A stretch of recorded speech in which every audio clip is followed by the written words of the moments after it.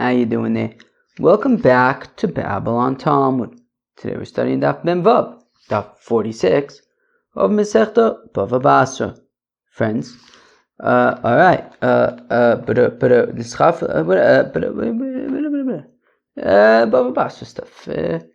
It's BavaBasra stuff and it's gewaldig and let's go weiter. Alright, so we're going to start on Daf Mem Vav Amud Aleph, about 8 lines or so into the Amud. At the 2 dots. Tana Rabbanan the Rabbi started. Nischafilu kelim bekelim beveisa umen. Harei ze yishtamesh boin at sheyova yahala v'yitol es shelo. Beveisa ovel or beveisa mishte harei ze lo yishtamesh boin at sheyova yahala v'yitol es shelo. Ma'ishnevesh ma'isnesefa da da da da. Wow. All right. Okay. Wow. All right. I gotta get into Babylon Talmud. I'm telling you, what's today's Wednesday? My brain is like, it's not mush. It's not fried. I'm working on really boring stuff this week. I have to upgrade so far it's been 250 files, but very tedious stuff. So it's just what time is it? It's 6 p.m. I've been working probably since probably for 12 hours or something, and my brain is it's not mush, it's I don't know. But now we're recording Babylon Talmud, so it's very exciting. Tana Rabbanan the Rabbi started. Nischafelo kelim bekelim beveisa umen. Do. How is it yishtamish boy and achiyova yalav yitol shelo? All right. So you have the client, and the client drops off his coat at the tailor, okay? Now, when it's time to pick up the coat, the tailor gives him somebody else's coat. He's now got somebody else's coat. So the shaila is, can the client now wear the coat until this mess gets sorted out? So again, so Tana Rabbanan Neschafelo kelim bechelim beveisa umen. So if the coat that he received in return from the tailor turns out to be somebody else's coat, and his coat doesn't seem to be available right now, so the shaila is, can he wear it until the tailor sorts it out? The answer is yes, right? Hareze yishtamesh boin. The client can wear the coat ad sheyavoy halav yitol shelo, until they basically work it out. Until they work it out. Brain, work for a second. Brain, do your thing for 1 second. Brain. Right. Okay, fine. Okay, till they sort it out. Beveisa ovel, beveisa mishte. But I assume what it means is if you go to a shiva call or a party, I guess some place where there's a lot of people and a lot of coats. So then, if you accidentally, if you end up with somebody else's coat, don't wear the coat. Figure out what the mix up was. Whose coat is it, and until y'all sort it out, don't wear the coat in that event. Mashna reisha, mashna seifa. What's the difference between the reisha, where it gets mixed up by the tailor, where we say that the client can wear the coat until the mess gets unmessed, right? So you can wear the coat in the interim. But if he's at a party and he takes home the wrong coat, he cannot wear it until they sort it out. So Amar Rav says, I was sitting before Chabibi, my uncle Reb Chia. V'Amar and he says to me, V'chi ein adam osui lomar leumin mechor li talisi. So says Reb Chia that the reason why by the tailor the client can wear the coat until it gets sorted out is because what happened was that somebody else, let's just say a third part, somebody else, I don't know, let's see if we can get away with just saying that for now. So somebody else dropped off his coat with the tailor, right? What is let's read it inside again. What,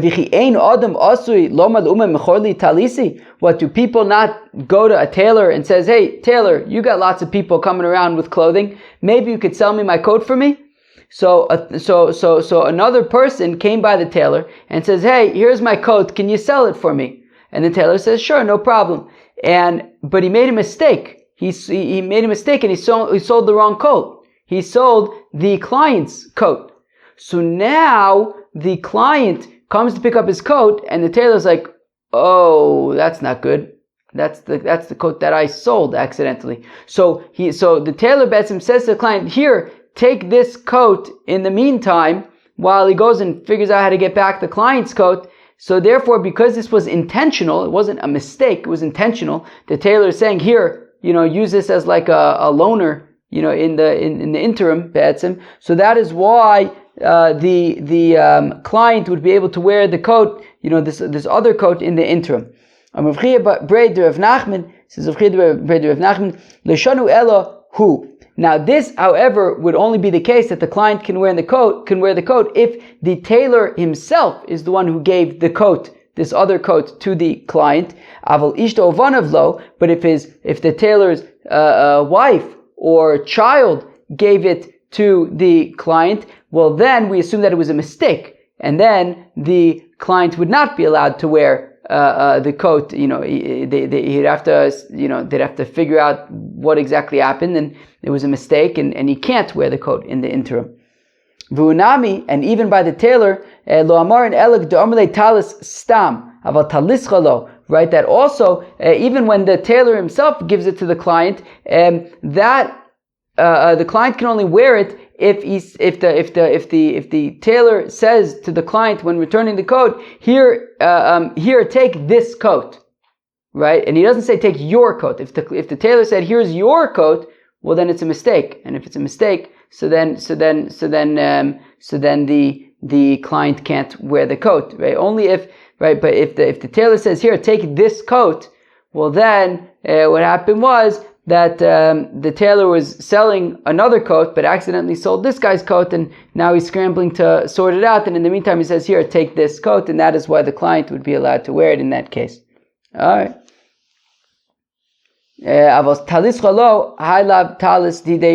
Because this isn't actually his talis, and therefore he's making a mistake.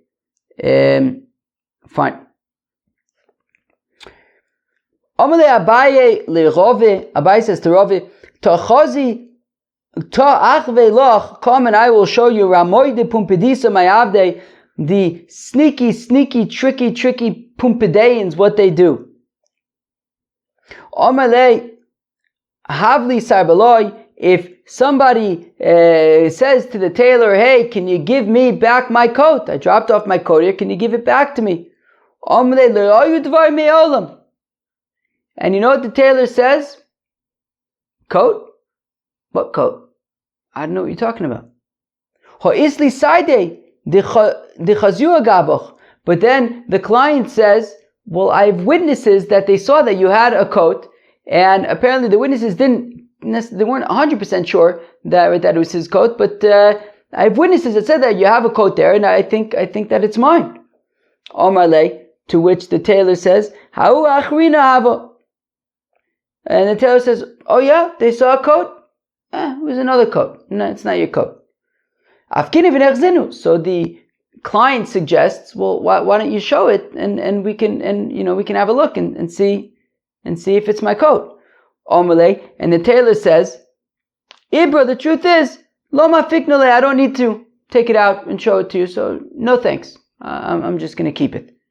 So Abaye was very sort of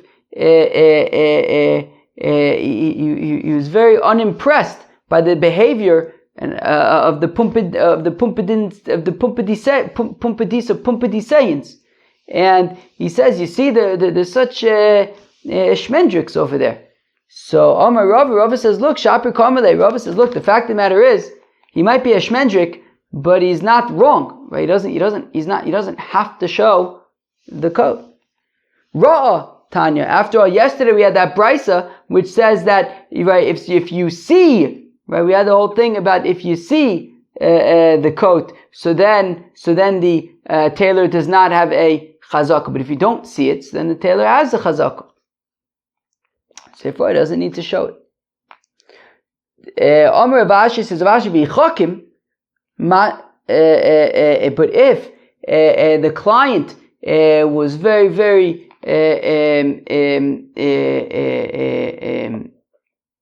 smart, well, he would basically talk his way into getting the tailor to show him the coat.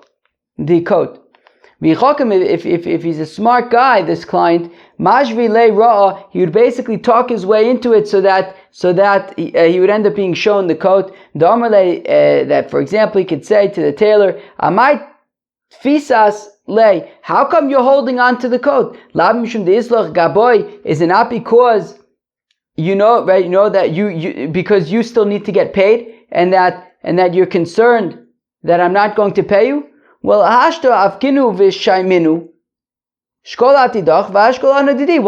don't you take out the coat and we'll evaluate it, we'll figure out the price, and I'll pay you the value, and you'll give me back the coat, and we'll get it even. So what are you concerned about? So that way he can kind of like talk his way into getting the tailor to bring out the coat so that he can have a look at it and see if it's his. Omerle Rav Acha Rav Avila Rav Ashi Matzi Omerle, but the tailor could say though, Lo tzrichna l'shuma didach, I don't need your evaluation of the coat. Kvar shamua kamoy dekamoch. Before you got here, we already evaluated it. So sorry, I don't need to show you the coat. Okay, all right.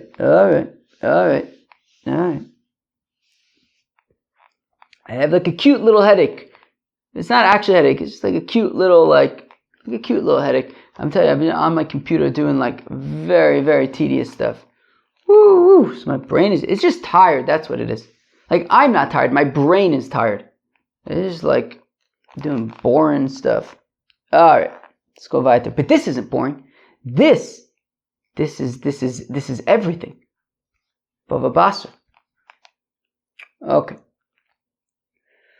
Oris ein lo chazaka. So we said that a sharecropper does not have a chazaka. A sharecropper does not have a chazaka. So if you have Shimon owns the field, and Reuven works on the field, and he gets half the produce, let's say, right? The mechzel is just revia. It depends what the arrangement is. A quarter of the produce, a third of the produce, half of the produce. Let's assume that he's working for half of the produce, okay? All right. So if he comes and claims that it's his field, it doesn't work. So amai, but why doesn't it work? Ada idna palga v'ashta kula, meaning what would be the scenario? What's the claim that the sharecropper would be making? The claim would be that he's taking the whole field and saying it's my field. So that sounds like it should be a chazaka, meaning if you, as a sharecropper, he takes half the field, but now all of a sudden he's taking the whole field, and he's saying, for 3 years I took the whole field, it's my field. Why didn't Shimon say anything? So again, Amai, why is it? How come the sharecropper can't make a chazaka? Ada idna palga, as a sharecropper, he was only working half the land. Vashta kula, but now he's working the entire land for 3 years. The Shimon, the owner of the balabais, never said anything. So it should be a chazaka. If he claims that I bought it from you and I've been on the land, the entire land, for 3 years, and you never said anything to me, that sounds like it should be a chazaka. Rabbi Yechanan says,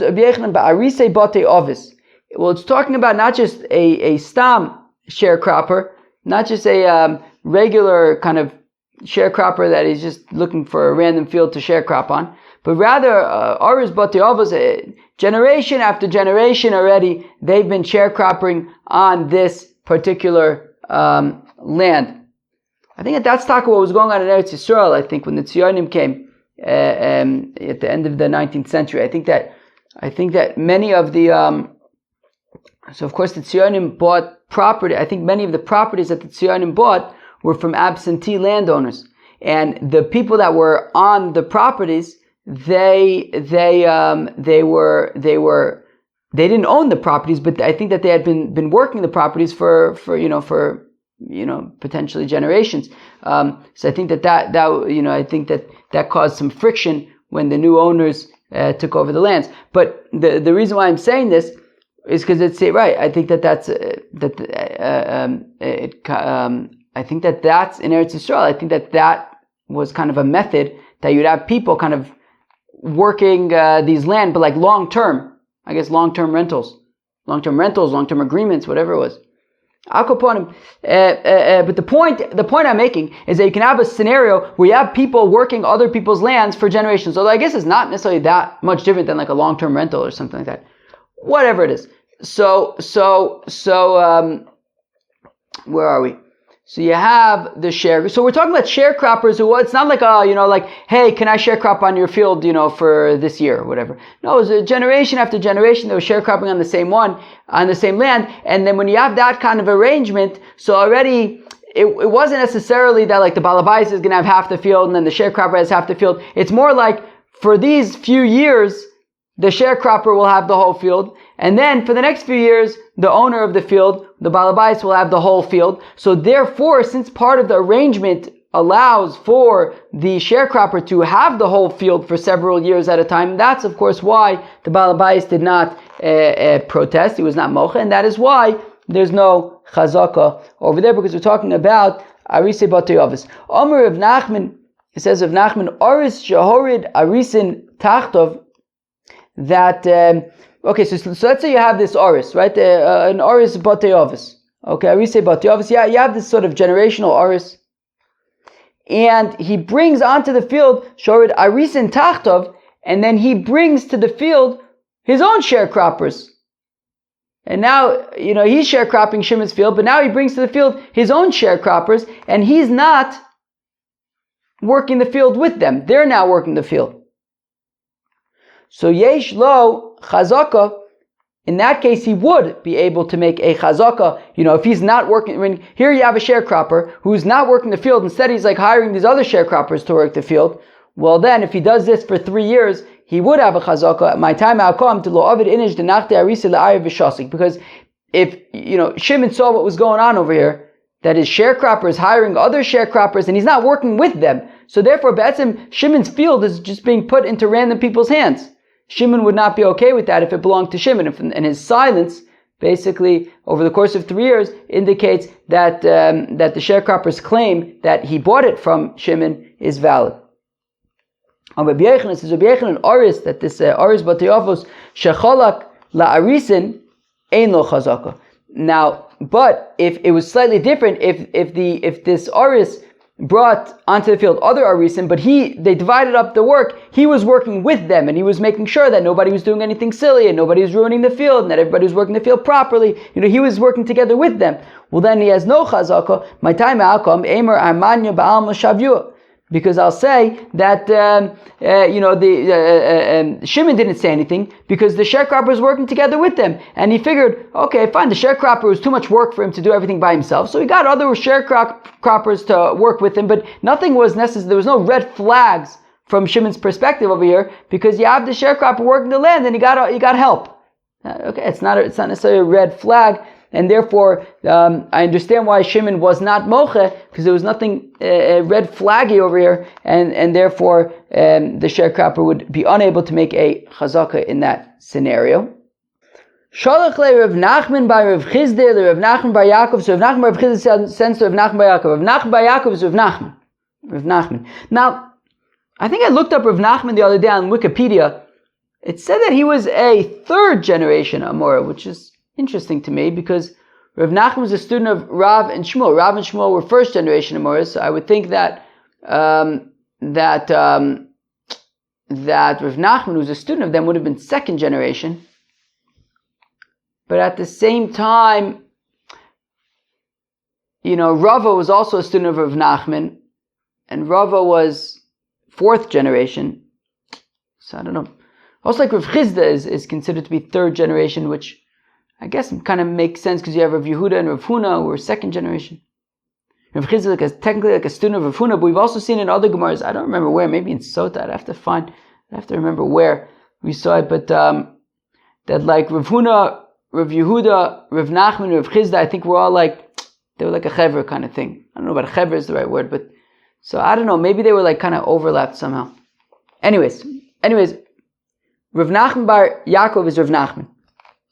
So Shalach Rav Nachman bar Rav Chizda Rav Nachman bar Yaakov. Yilamdenu Rabbeinu teach us Oris Meid o Eino Meid. Can a sharecropper testify on behalf of the Balabais, of the owner of the field? So if Reuven's the sharecropper and Shimon owns the field, can Reuven, the sharecropper, testify, right? So if Levi comes and says it's my field, can Reuven testify on Shimon's behalf that it's Shimon's field?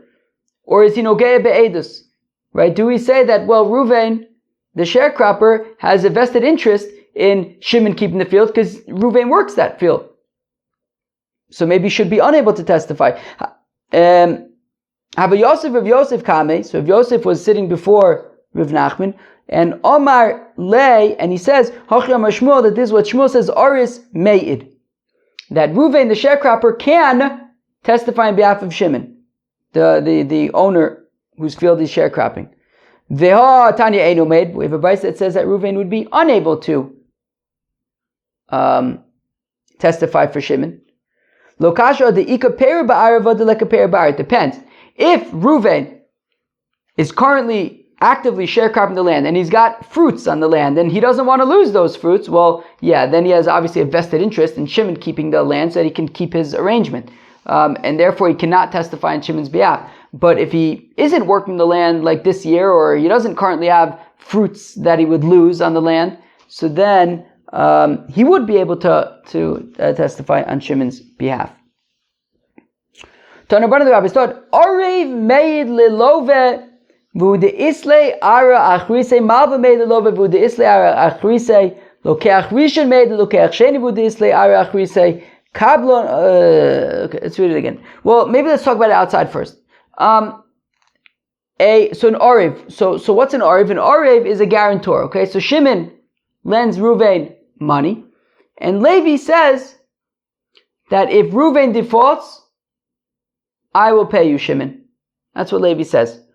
So the shaila is, can Levi, the guarantor, testify on Reuven's behalf regarding Reuven's field? Now, Levi has a vested interest in Reuven retaining his field, because if Shimon comes to collect his payment and Reuven defaults, well, if he has a field, then the field would go to Shimon and Levi can stay out of it.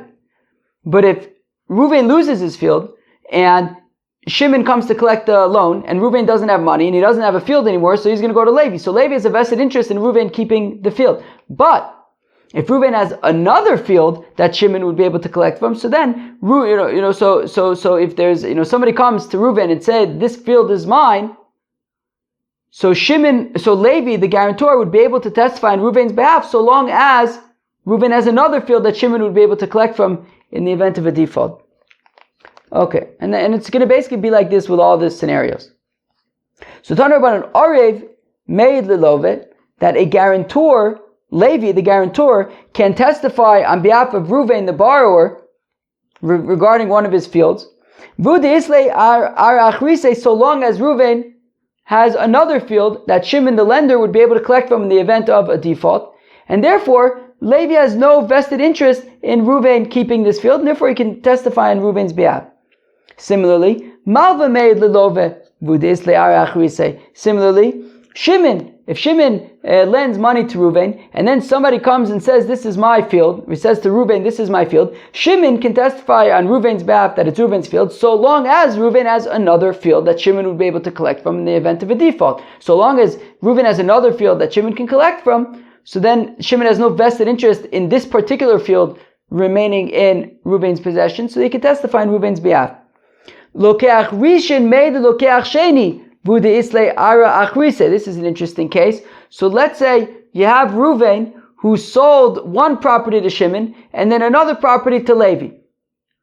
Now, somebody comes and claims that Levi's property does not belong to Levi, it belongs to them. Yehuda comes along and says, it's not Levi's property, it's my property. So the shaila is, can Shimon testify on Levi's behalf? So now here's the thing. Shimon possibly has a vested interest in making sure that Levi maintains his property. Why is that? Well, if a Baal Chov comes and claims that Reuven, who initially sold the fields, owes them money, and Reuven defaults, he says, I don't have the money. So the halacha is that the Baal Chov comes after the latest sale of property, right? Because right, when Shimon bought a property from Reuven, there was still this other field that Levi ended up buying, but that was still Nechasim B'nei Chorin. So therefore the Baal Chov can't go to Levi because when he bought his field, the Baal Chov can't go to Shimon because when Shimon bought his field, he had still left Nechasim B'nei Chorin for the Baal Chov to be able to collect from. But when Levi buys his field, and now there's no B'nei Chorin left, so the Baal Chov goes after Levi. But if Levi loses his field, so then guess who the Baal Chov goes after? Shimon. So Shimon has a vested interest in making sure that Levi holds on to his field because it's a buffer so that the Baal Chov will collect from Levi and not from him. So we're saying, Lokeach Rishon, Shimon, who bought the first property, made the Lokeach Sheni, can testify on behalf of Levi, that it's Levi's field, V'hu de'isle arach riseh, so long as there's another field. So there's two possibilities of whose other field it is. Either that Levi had bought two fields from Reuven, so therefore even if this field ends up going to somebody else, Levi still has another field that a Baal Chov would be able to collect from, so there's still a buffer protecting Shimon from any potential Baal Chov. So Shimon can testify on behalf of Levi for a particular field, so long as Levi has another field that a potential Baal Chov can collect from. Alternatively, if Reuven still has Nechasim B'nei Chorin, so therefore any Baal Chov would collect from Reuven, so again, Shimon would be able to testify on behalf of Levi in that case as well. Kablon. Amri la made v'amri la eino made, amri la made k'ariv dami v'amri la eino made, denichale de lehavu biyod tarvayu dechi ose Baal Chov ma debai shakil. A kablon, who can tell me what a kablon is? A kablan is similar to an arev, is similar to a guarantor, but it's slightly different. A guarantor is that the loan is between Reuven and Shimon. Shimon lends Reuven money, and Reuven needs to return that money. It's between Reuven and Shimon. Now Shimon, though, wants as extra security that there should be a guarantor, who trusts Reuven, whatever, and that if Reuven defaults, whatever, Shimon wants a guarantor, so that if Reuven defaults, the guarantor will pay Shimon. Now, in that case, Levi stays out of it until he absolutely must pay, right? So the loan is between Reuven and Shimon. When the time to pay the loan is up, Shimon goes to Reuven. If Reuven doesn't have the money, so then he collects from Reuven's property, right? Up until this point, the Levi, the guarantor, is out of it. In the event that Reuven defaults, and the case goes to Bezdin, and Bezdin then at that point says, Levi, you have to pay. It's only at that point that Levi gets involved. A Kablan, however, Levi is involved from the start. So much so that Shimon doesn't give the money to Reuven, he gives the money to Levi, and Levi gives the money to Reuven. And that when it's time for Shimon to collect the loan, he can collect from whoever he wants. He can collect from Levi or he can collect from Reuven. He doesn't have to go to Reuven first. He can collect from Levi. So that being the case, so Kablan, when it comes to this Kablan, Amrila made, so some say that Levi would be able to testify on Reuven's behalf regarding a property.